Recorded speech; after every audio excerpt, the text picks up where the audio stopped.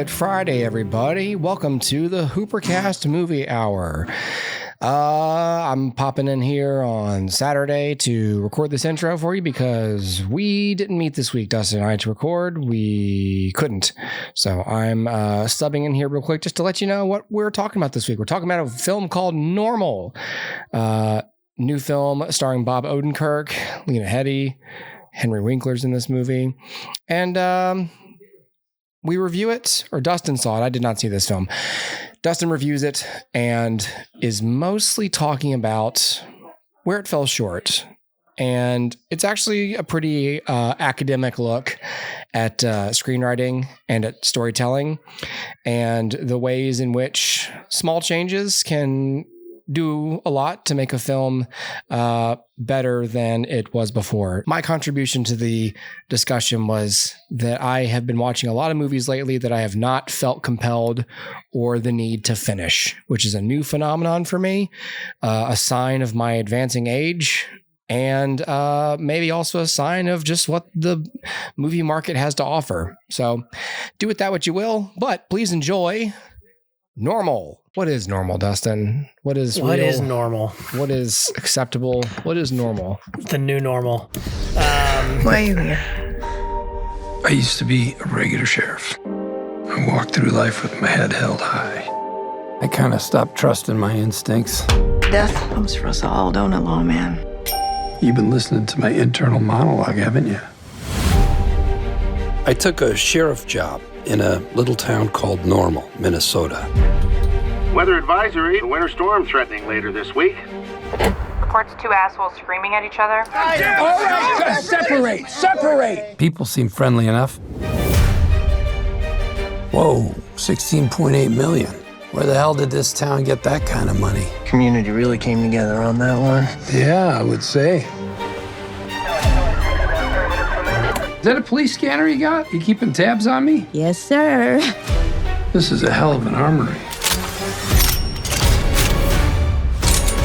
Did you catch that? Yeah, it's my one trick. What do you think of our little town? It's, charming. Oh, shit. Keep your hands where I can see them! If you don't play this right, we're gonna have a massacre in there. I say we play the hand that's been dealt to all of us. And maybe you get to keep the rest of your goddamn fingers. You could build a whole new life here in Normal. We really celebrate the community.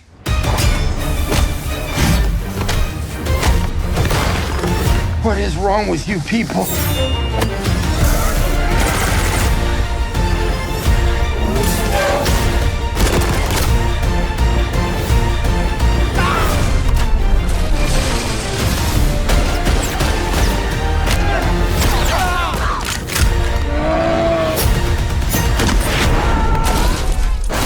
Nothing to see here. So you have probably already seen this or not. So this is Normal. This is a new film by director Ben Wheatley, written by Derek Kolstad and Bob Odenkirk, starring Bob Odenkirk, and a few other people, notably Henry Winkler, Lena Headey, and some other people. And so the premise. Bob Odenkirk plays a small town sheriff in the town of Normal, Minnesota, I believe. And he is kind of passing through town. He is what's called like an interim sheriff. So in this case, the sheriff of Normal passed away.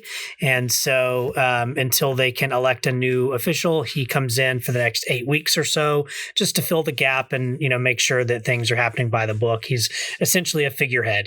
And he stumbles on a town-wide conspiracy and ends up having to, kind of hold his own against a bunch of the townsfolk. So, Yeah, it's an action movie in the vein of, it's marketed as in the vein of John Wick and Nobody. Not exactly that.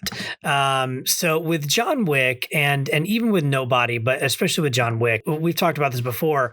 They kind of laugh in the face of typical storytelling. And not to say that they don't have good storytelling, but they're not setting out to do anything above and beyond.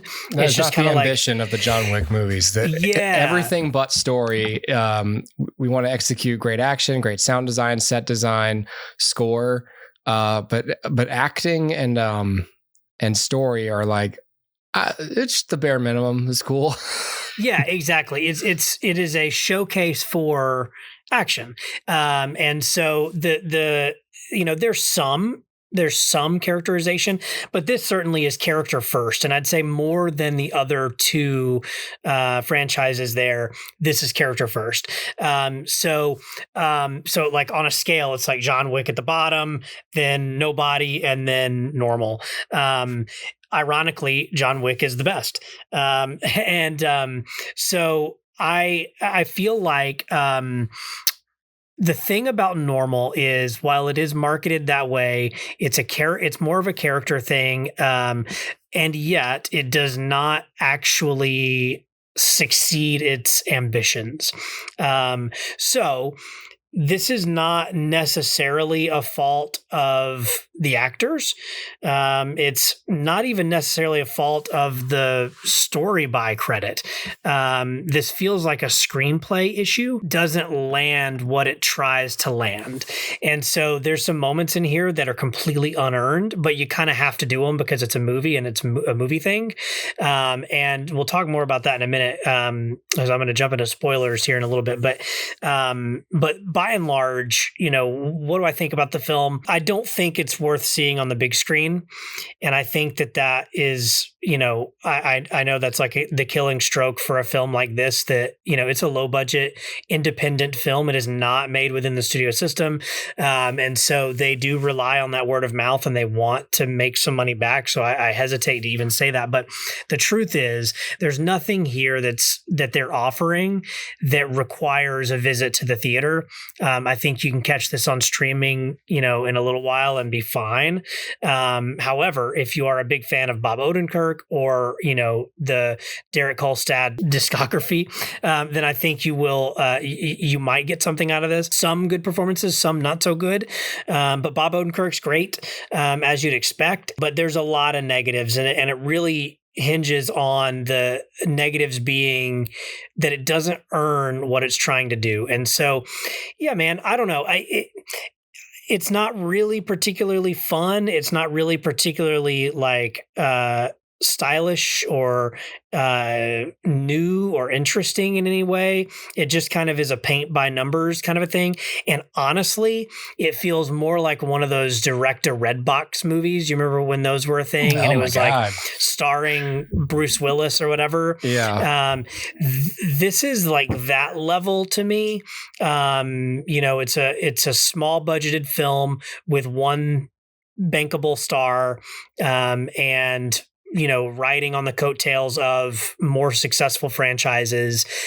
And it's an action movie that's made cheaply, and that's about it. Like, it's not really offering you anything that requires viewing. I think I gave this 2 stars. It's not like you don't walk out mad at it, but at the same time, you're not going to walk out going, man, I can't wait to watch that again, or I can't wait to own that, or anything like that.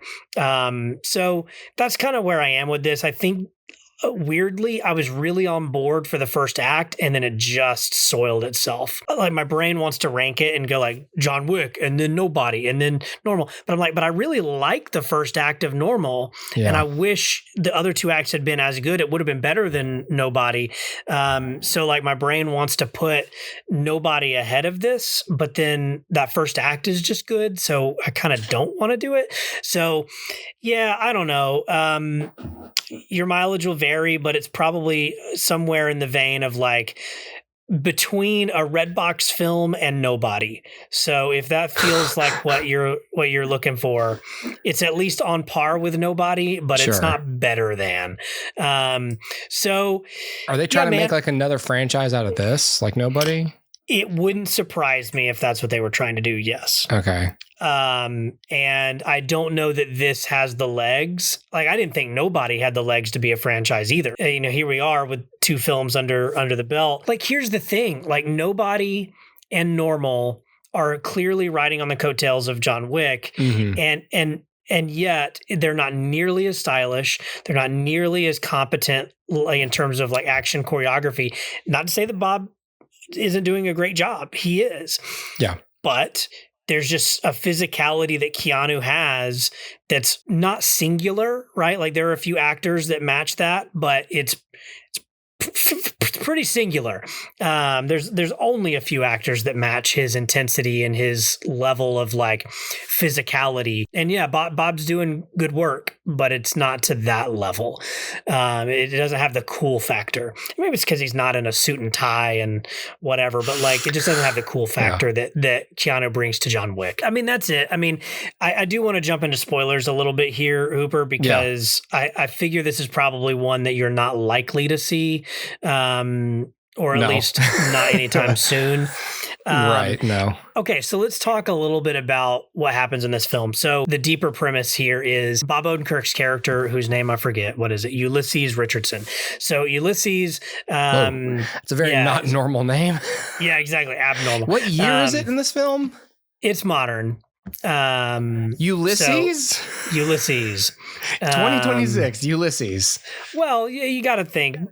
He was named many years ago, but still. But is he Irish?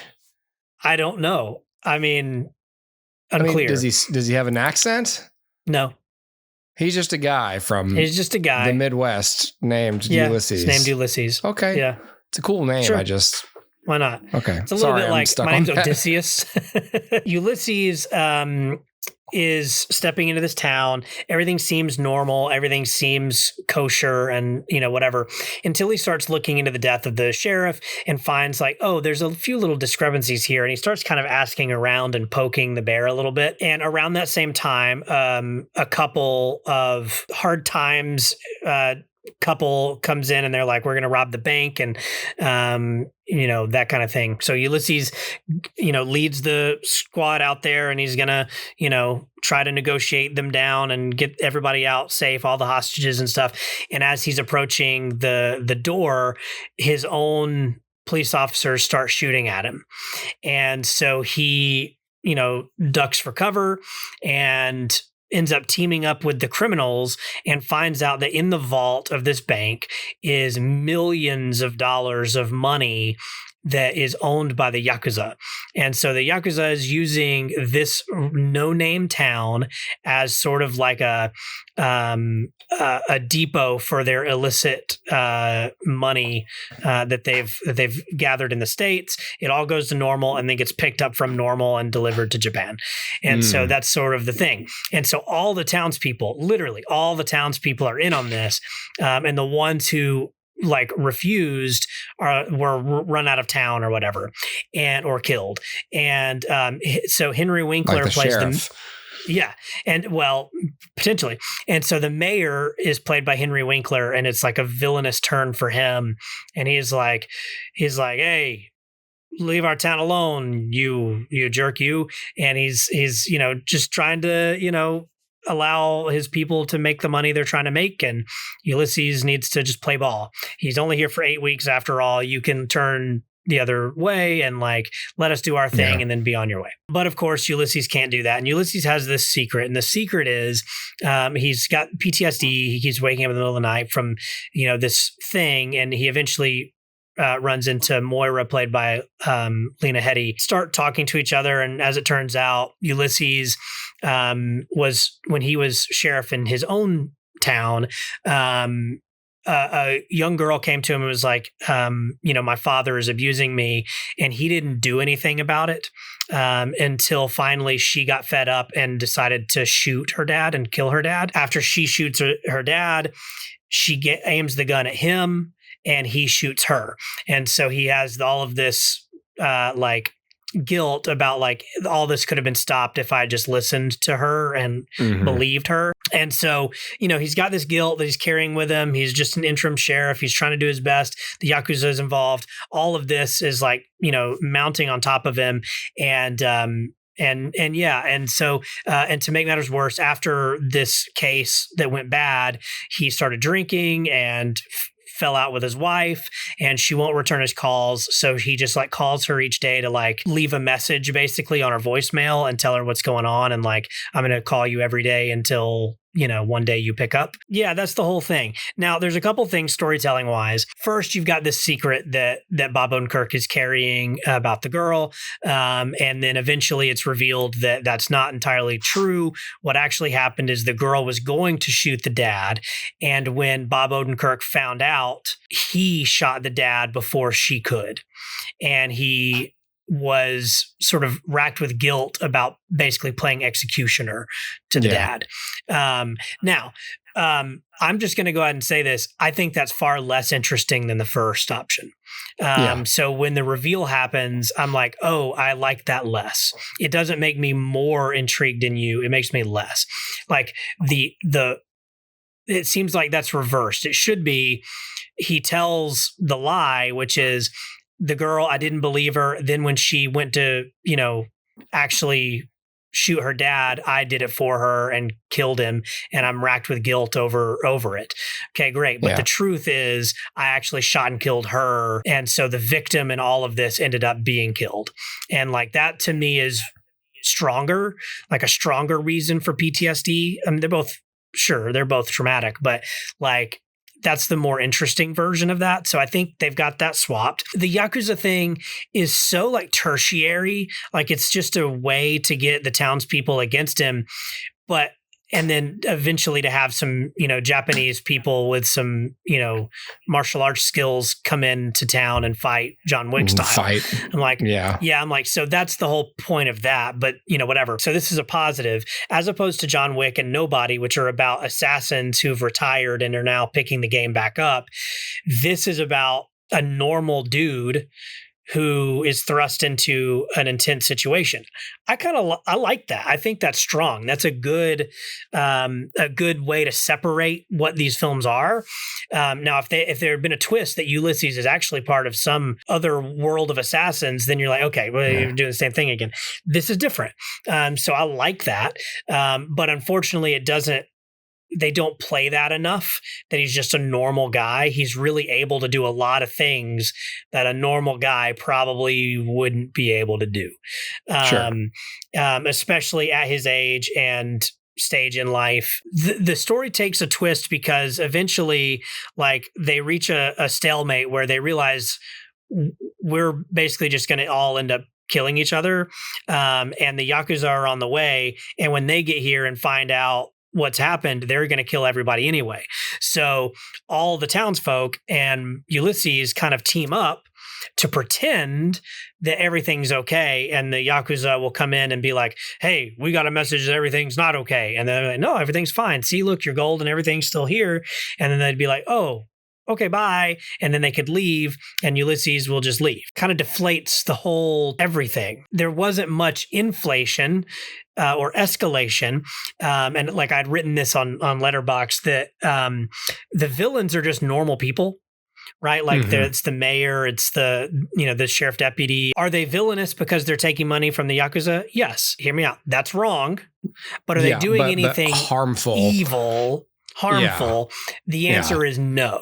So when you have the like John Wick style kills in this, it feels really out of step with the level of intensity, right? Yeah. And I can't bring myself. Yeah, they're just like I don't know. I'm just a sheriff. Like I go to Arby's for lunch. I don't know what you want from me. And so because they're not they're not hateable. They're not like criminals. Yeah, they're criminals, but they're not criminals. When the deaths are gruesome, it doesn't feel cathartic. Like, oh, they got their comeuppance. And it doesn't feel cool. It just feels like, oh, I was a normal dude. Sad. He got really messed up. Yeah. It feels out of step with the level of intensity that we're at. When you do a film like this and you have the main character and you're trying to give them depth, it makes sense to say he's carrying PTSD from an old case. We got to explore this and dig into like his psyche and what that does to a person. It makes him mentally check out from his marriage. It makes him mentally check out from his work. So now he's just traveling around being an interim sheriff. Like all of that's interesting. Those are good pieces. The question is, in the next 90 minutes, which this film is 90 minutes, in the next 90 minutes, what are you going to show me as a catalyst for redemption or a catalyst for him bettering himself or not, doubling down? Like you can have him double down and become worse, but like there has to be a change. So the catalyst for change in this film is what? That's the question.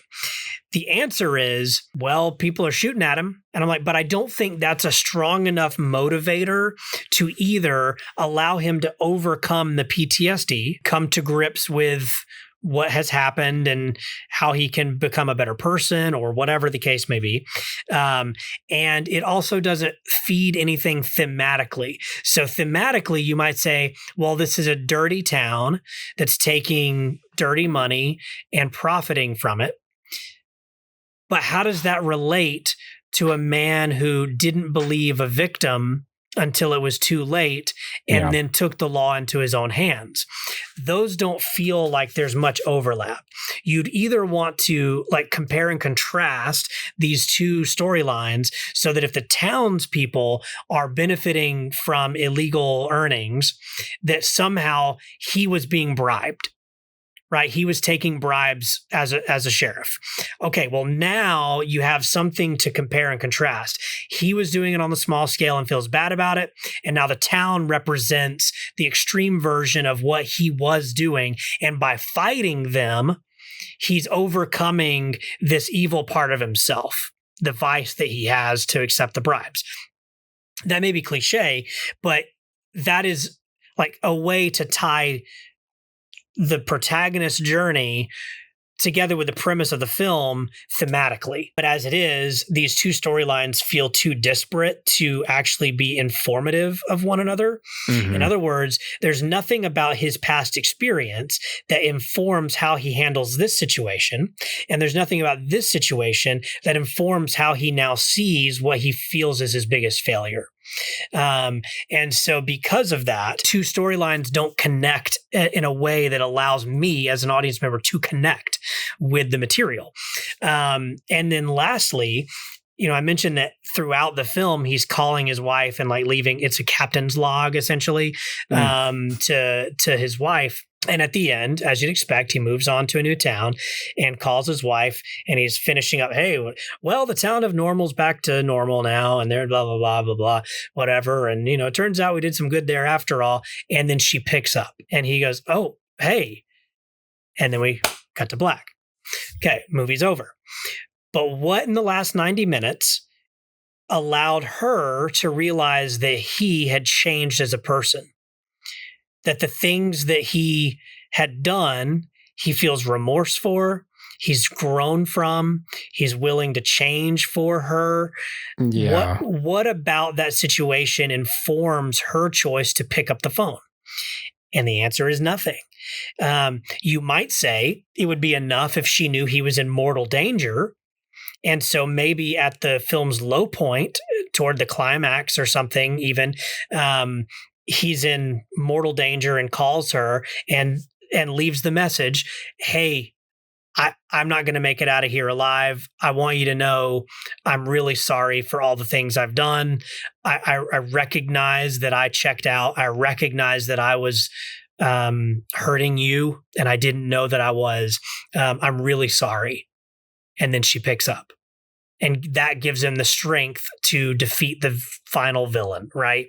Something like that. Again, cliched, but it makes logical sense. Well, that's what they did in Mystic River.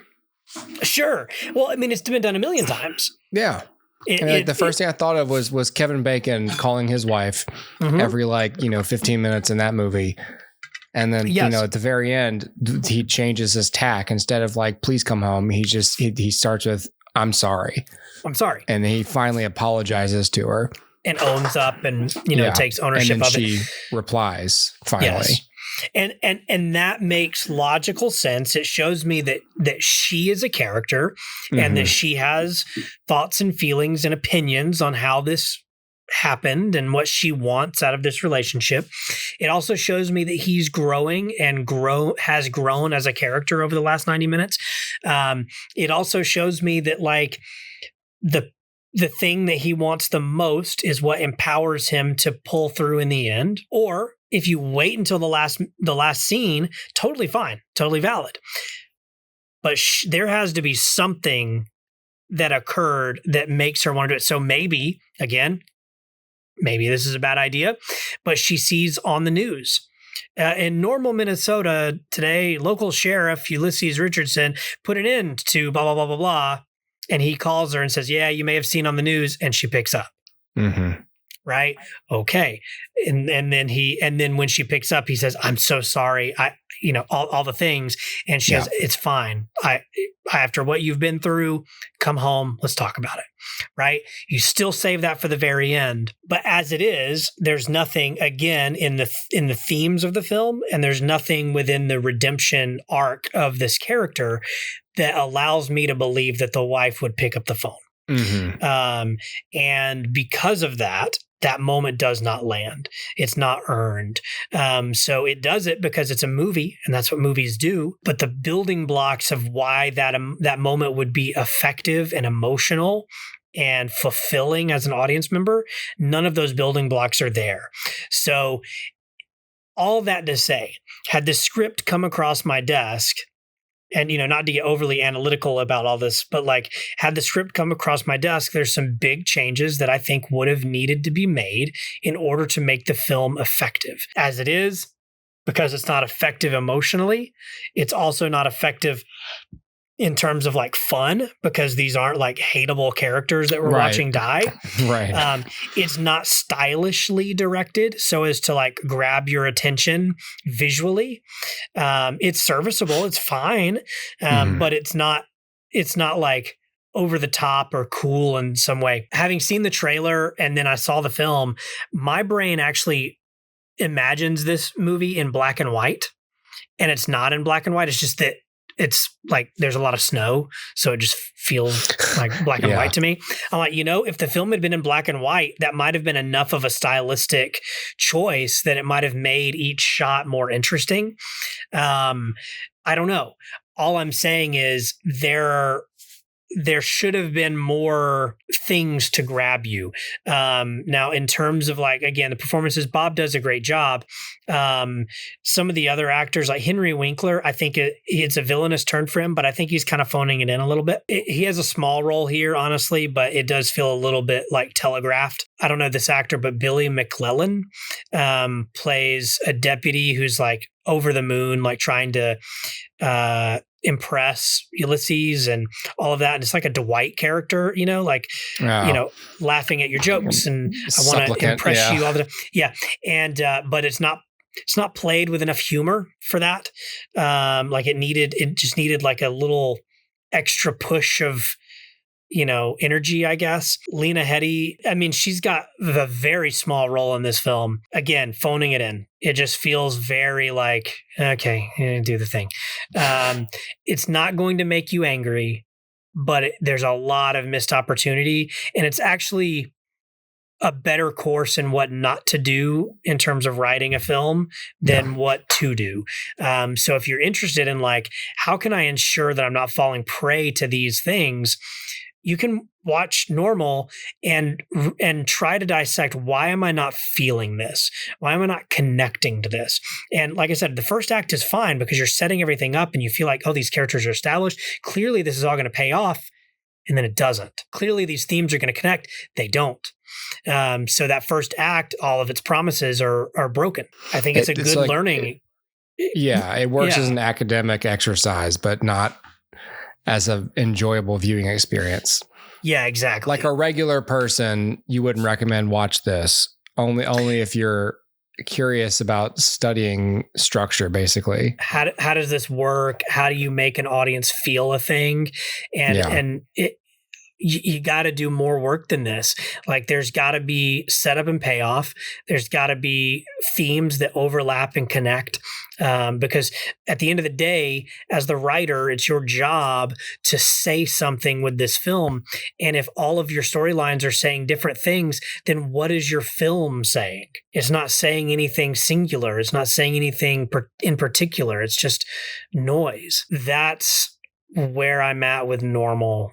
Not terrible in that, like, I hate it, but it is also just not good, not particularly memorable, not just a big nothing.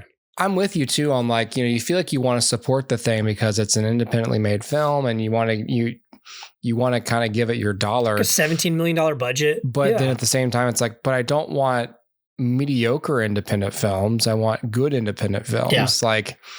Yeah. And it's like that. It's like that whole, we were talking about when we were doing the Project Hail Mary review. We were like, I'm cool with them just kind of doing an okay job with STEM for a while until we have a lot of STEM movies. And then it's like, okay, now let's make better STEM movies. So it's like, it's not like we don't have independent films. We need to support the ones that are worth seeing. And the ones that aren't, it's like, the trouble is we're dealing with giant dumb babies who run studios, and they interpret any bad return on independent film as just, we should make indies. And it's, it's not our fault.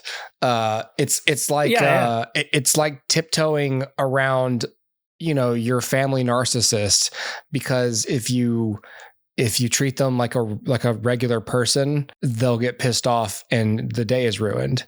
But it's like, you can't do that because they suck. You have to just brace yourself for the wrong lesson to be learned by that person. That's right. The problem is that person controls Warner Brothers.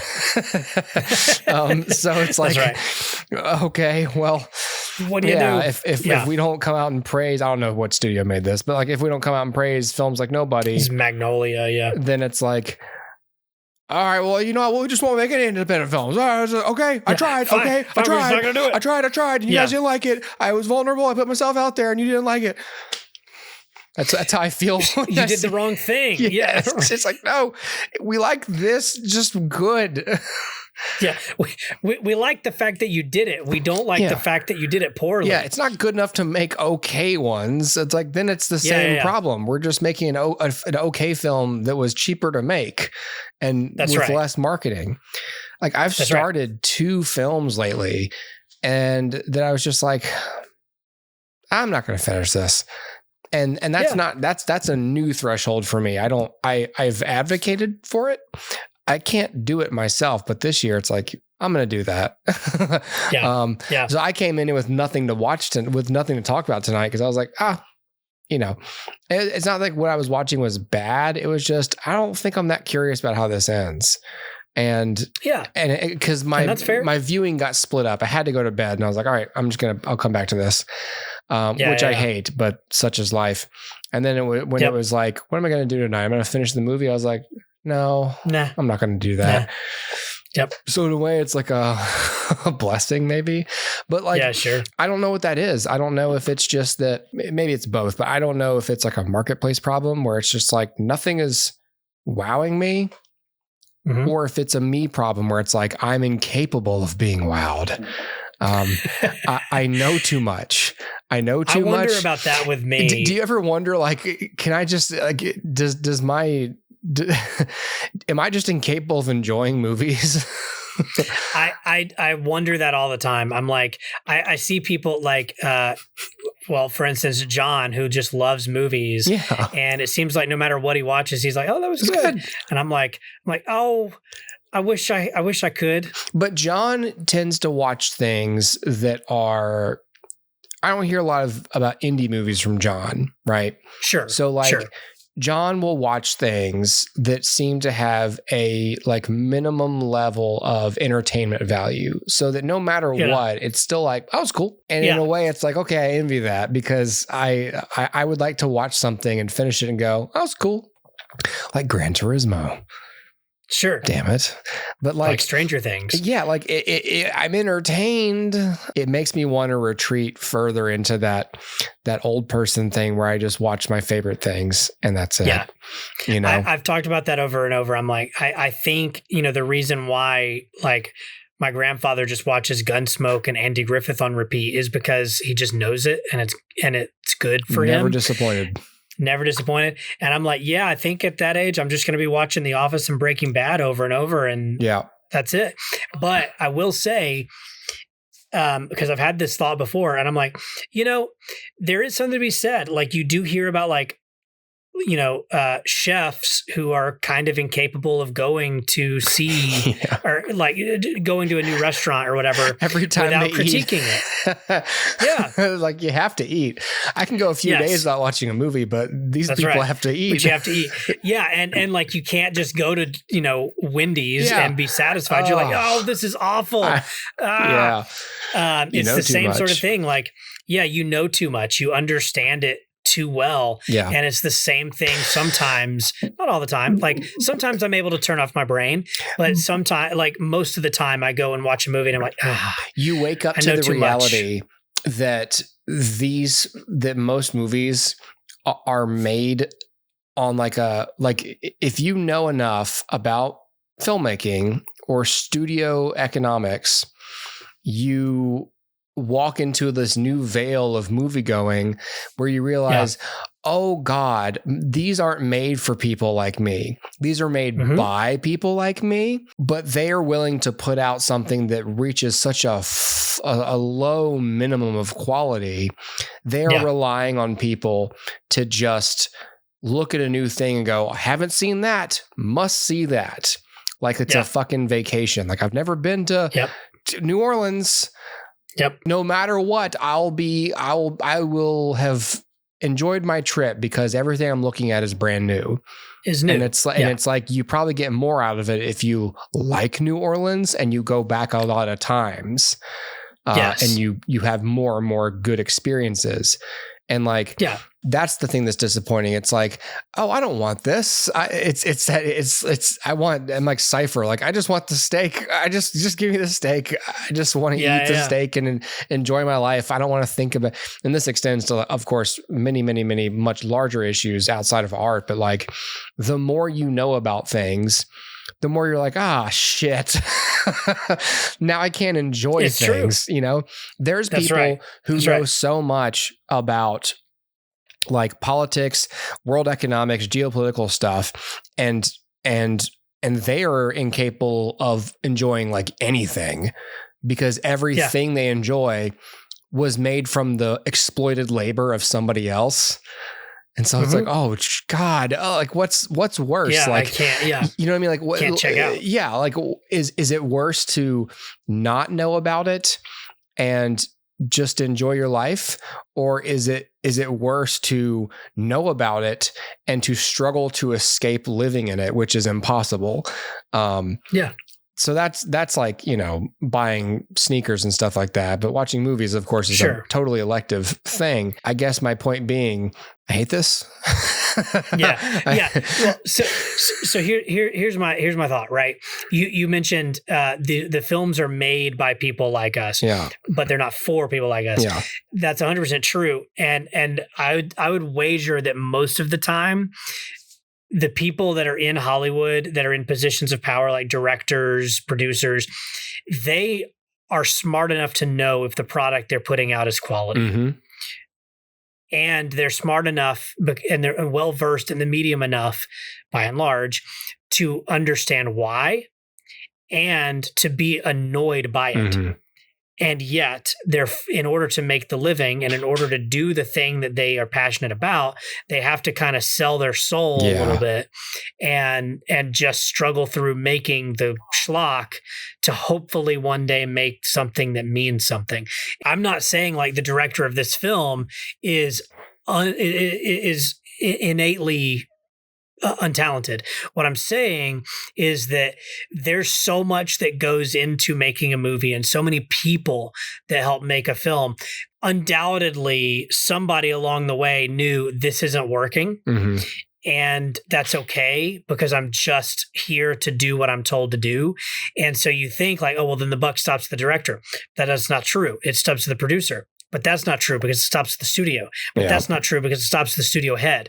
But that's not true because it stops with the shareholders. But that's not true because it stops where the money flows. Like it's all a cyclical thing. Mm-hmm. No one actually is in any position to say, like, not nobody. Very, very few people are in the position to say, this is what I want to make and I'm going to make it.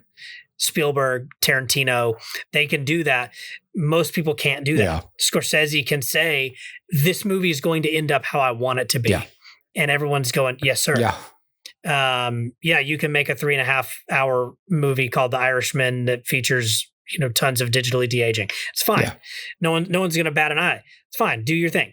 But it's but anybody else that tries that, they're like, yeah, we're not doing that. It's a dumb thing. But like I always err on the side. So I was talking to a friend earlier, and he was saying he knows somebody who was I won't name the project, but working on a film project right now.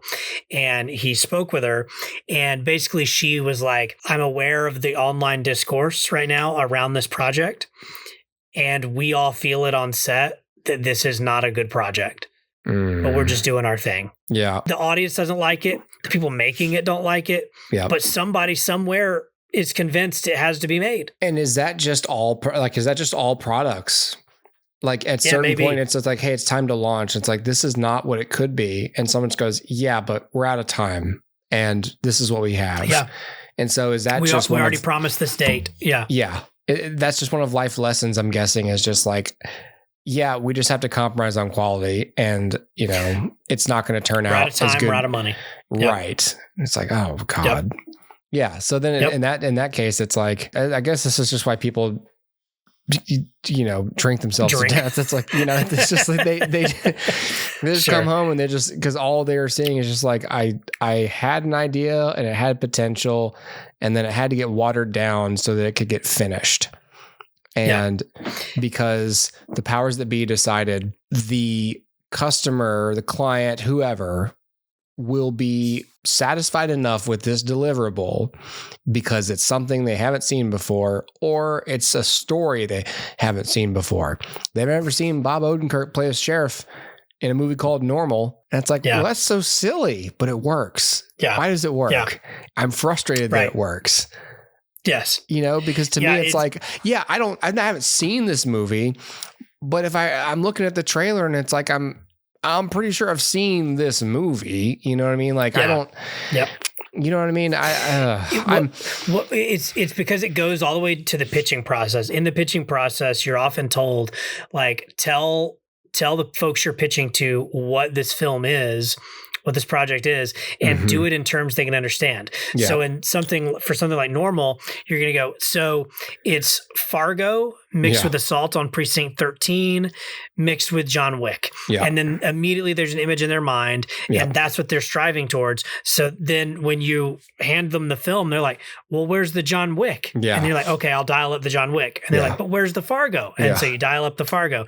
And then it's like, now we're just making what we've all already seen, because when we pitched it, that's what we said it was. Like, if I just walked in there and said it's about a small town sheriff and he's interesting because blah, blah, blah, blah, and then the people with the money go, cool, that sounds great, cool. But instead you're going, it's Fargo meets Assault on Precinct 13. And then they're going, okay, well, I need both of those things then. Yeah. I like those things. Give me those things. Yeah. And so now everything ends up being just a retread of the thing you've already seen. And don't get me wrong, like, I'm also of the ilk, like, everyone's always like, we need original movies. And I'm like, there is no originality. Like, what art, like, originality in art is how can you take the things that have influenced you and mix them in your own way? Yeah. You aggregate stories and art and perspectives and styles. And when you package that, it becomes a new thing. The problem is, after a while, the influences on all filmmakers and storytellers, if we keep perpetuating sameness in our movies, I suppose movies older than that will have always existed, but it's less likely that new artists will have seen anything other than pastiches of other pastiches. Of pastiches. Yeah. Yeah. And there's nothing inspiring about your take on this because your influences are bad influences, you know? Everything probably in some way dates back to the Bible or Homer or what, but everything just is that. Yeah. And you just take a thing here and a thing there. And then suddenly you've got, all these things, but what is, you could even look at like Back to the Future, great movie. There's Homer in that, you know what I mean? So how do you take, and now we're taking a little bit of Back to the Future to put it in this project. So we're like, a stepchild of a stepchild of a stepchild of a stepchild, all the way back to Homer. Yeah. We're diluting things all the way back. We're inbreeding. Yeah, exactly. So, but I'm okay with that. Like if somebody goes, your idea is not original enough, I would go, tell me what originality is. Yeah. What story have you personally experienced as a human that no one else has experienced? Right. It doesn't happen. We all live the same life. You know what I mean? Like no matter what country you're in, no matter what time period you're in, humans are humans are humans are humans. Mm-hmm. We all live those same stories. The details are different. The story's the same. I don't think originality exists, but the question is, can you aggregate, I like that word, can you aggregate all the things that you love into a new package that's unique to you, not original, but unique to you. No one else may ever, slam Alien with Happy Gilmore and freaking Silence of the Lambs with Little Miss Sunshine. Like what are you going to do? But like, it's you. Like you do that. Like a movie like I'm going to make The Sandlot meets Alien, no one else is going to do it. The like Sinners is like that. Like Sinners, like there's a big part of that where it's like, oh, it's just a vampire movie. And it's like, but it's not, it's about blues music and it's all very like a specific culture and time. Yes. As the setting for a vampire movie. And that hasn't been done before. Correct. In a major motion picture. So that kind of thing, it's not like 100% original, but like you said, nothing is. But I don't care. This looks unique to anything I've seen before. These elements when they come together. I don't know, like you said, like with time being the commodity, like I'm just getting pickier, I guess, maybe. That's why you may be seeing on the podcast soon, like that's why I keep coming back to just like, I wonder what horror movie was made recently, because in my mind, it's like, well, at the bare minimum, I'll probably be entertained because they tend to just be very tense and attention grabbing experiences. And so like, that's where a genre like that has the action tends to do that. It's just like, hey, I'm excited for some action. You got to show me something in your movie that's like kind of fucked up for me to be like, oh, what's that about? Yeah. Right. I'm past the point of humdrum drama. I want something juicy. Give me that juice. Yeah, but you're right. Like that's what Sinners was. It was juicy. It was 100% like, sure, it's The Parent Trap meets From Dusk Till Dawn, but through Ryan Coogler's specific lens that's interested in African-American experience in America. And, like no one else could tell that story and no one else thought to combine those things. Yeah. But those things aren't original. But the conglomeration of them is. Yeah. My advice to writers, like take the things you love, figure out why you love them, retell them, do it in your way. Like then write what you know. Oh, I love time travel of Back to the Future. Cool. What do you know about? What else do you love? I don't know. I really love coming of age. Okay, so it's a time traveling coming of age. What else? What else do you know? Stop my parents from getting divorced. Okay. All right. Yeah. Okay. Let's do that. Great. And then what do you know? What's specific to you? Well, my dad was a warden at a jail. Great. So know that. It's Back to the Future one else is gonna meets Kramer versus Kramer. meets the Shawshank Redemption. Shawshank, yeah. Yeah. No one else is going to do that. That's you. Yeah. I've got to come up with something that no one's ever thought of. It all started the night drive that yourself crazy. My dad and the other guards beat up that new fish who wouldn't be quiet. Hey, fat ass. Yeah. He came home. My mom was like, what'd you do? I was like, I killed a man. What are you going to do about it? I'm going to go back in time and stop myself from doing it. No, I'm going to go back in time and do it again. I'm going to go back in time and tell my dad, just lie. Just tell her you were with another woman. And so and then it meets the butterfly effect. Like he goes back in the present and like everything's all wrong. And like, his mom's like a goth or whatever Ethan Suplee was doing in the butterfly effect. I love how that was like a sign of like things are messed up. It's like I'm goth now. Well, like I think actually, I think that character was always goth, but then he was like meaner in one of the futures. Oh, sure. And then he comes back and it's like his girlfriend's like a drug addicted hooker. And it's like, oh, I gotta go back and change it again. And that movie's wild. There's nothing that shows that we're in the bad timeline quite like drug addicted hookers. Yeah. It's exactly what Marty found with his mom in alternate 2015 or whatever. Yeah. Alternate 1985, I think it was. Well, wait, the 2015 when she was married to Biff. Married to Biff. Yeah, but that was that 2015 that was or was that 2015 because 1985? that's when he's like the Donald Trump. He's like the big that's rich right. He's guy. aged up. No, he would have been aged up. George is dead. Yeah, he's aged up. And his mom has like the breast implants and she's an alcoholic. He's got the cane. Oh my gosh, this is like a huge failure right now. Hold on. Are we sure that's 2015? It is. He goes back to 1985 and it's an alternate 85, isn't it? He goes, first movie, he does all the stuff and he comes back and then Doc takes him to the future because he's like, hey, it's your kids. And in the future, Hill Valley is like, then Biff takes the almanac and steals the DeLorean. He takes it back to 1955 and gives it to Biff. And gives it to him. But Marty goes back to 85 and finds the alternate 85. He thinks he's going home again. He finds alternate 85, and that's when Biff is trumped up. Is 1985, and then he goes from 85 back to 55 to stop old Biff from giving young Biff the almanac. And then he ends up he ends up stuck in 55 because Doc goes back to 1885. Yeah. And then he has to find young Doc to get the DeLorean to go back to 1885 to find current Doc in 1885. Yeah.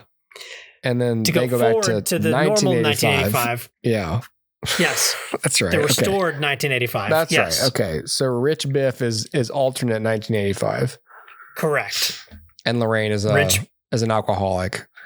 Yeah, she's an alcoholic. Big knockers. Mm-hmm. That's the whole thing. Yeah.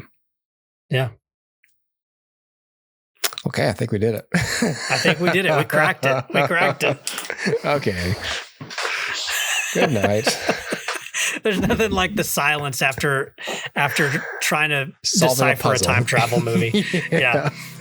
It's like, all right, great. Well, we're going to bed now. Yes. We'll wrap this up in the felt and look at it again tomorrow, I guess. All right.